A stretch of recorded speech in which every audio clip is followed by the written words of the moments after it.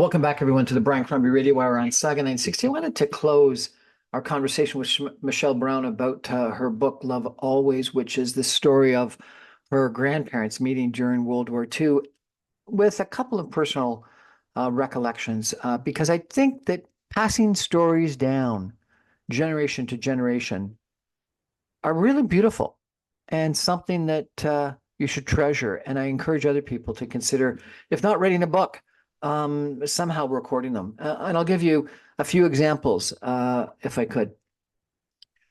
I gave my mother a book one year that was recollections of my mother, and it asked a whole series of questions about how she remembers her childhood, meeting her husband, challenges in life, suggestions.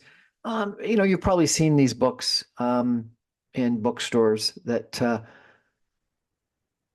when I first saw it, I was wondering if she'd even bother writing a sentence. She wrote a book, and it is an incredible treasure.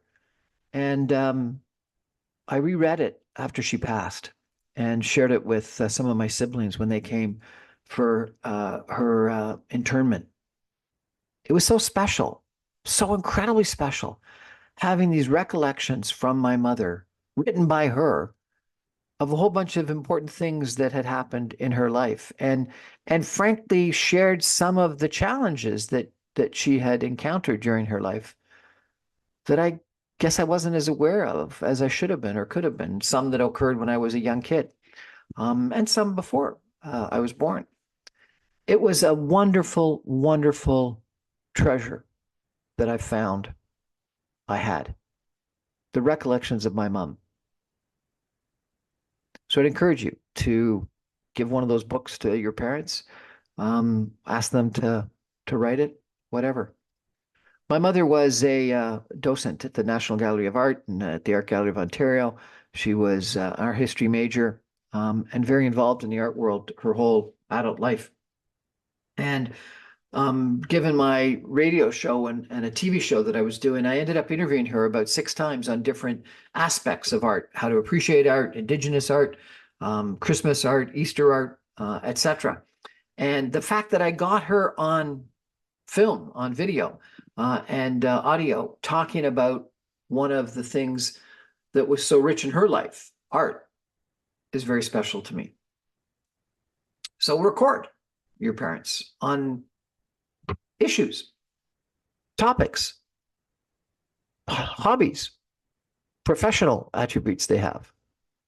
I had the opportunity to interview some bosses that I've had previously. Jimmy Pattison as one example. And that's been an incredible experience, something that I'll treasure. My aunt and uncle were very important to me, and I think important to my kids.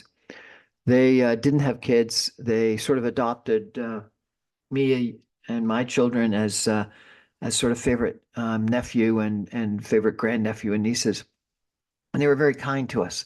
My uncle was in U.S. Naval Military Intelligence in the Korean War. He was chief of staff to the Admiral of the Seventh Fleet, which is the fleet that is for the Pacific.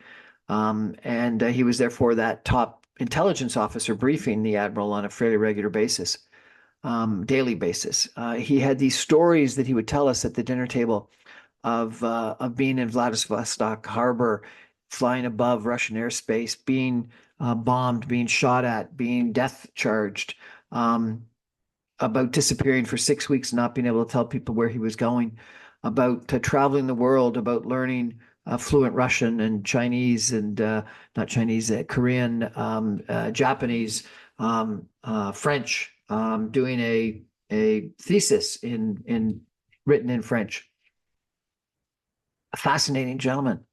And his wife, my aunt, just as fascinating, who ended up traveling the world, being a head of phys ed at numerous different private schools and colleges around the world, interacting with people and supporting her husband, who we never sure was a spy or not a spy or a businessman or what, we didn't know, and often getting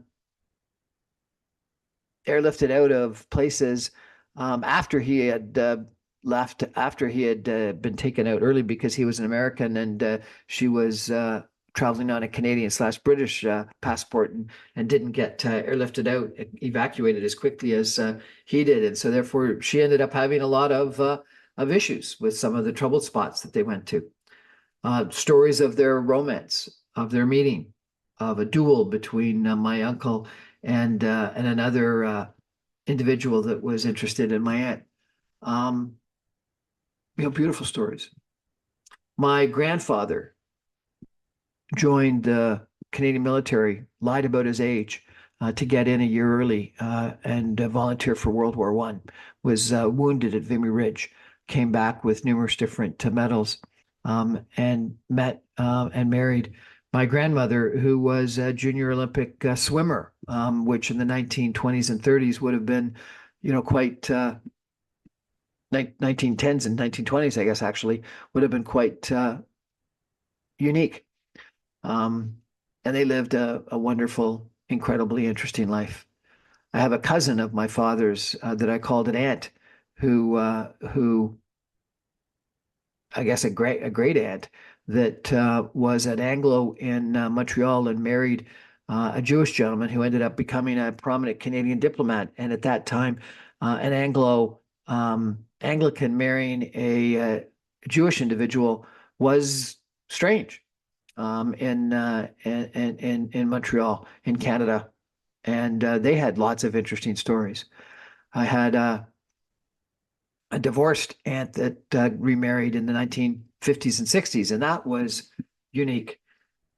People's stories are amazing, and keeping them alive and remembering them. I had a great uncle who was Premier of Ontario in World War II, and a son of his, second cousin of mine, who was leader of the Liberal Party in Ontario and treasurer with David Peterson's government. Some incredibly interesting stories of my relatives.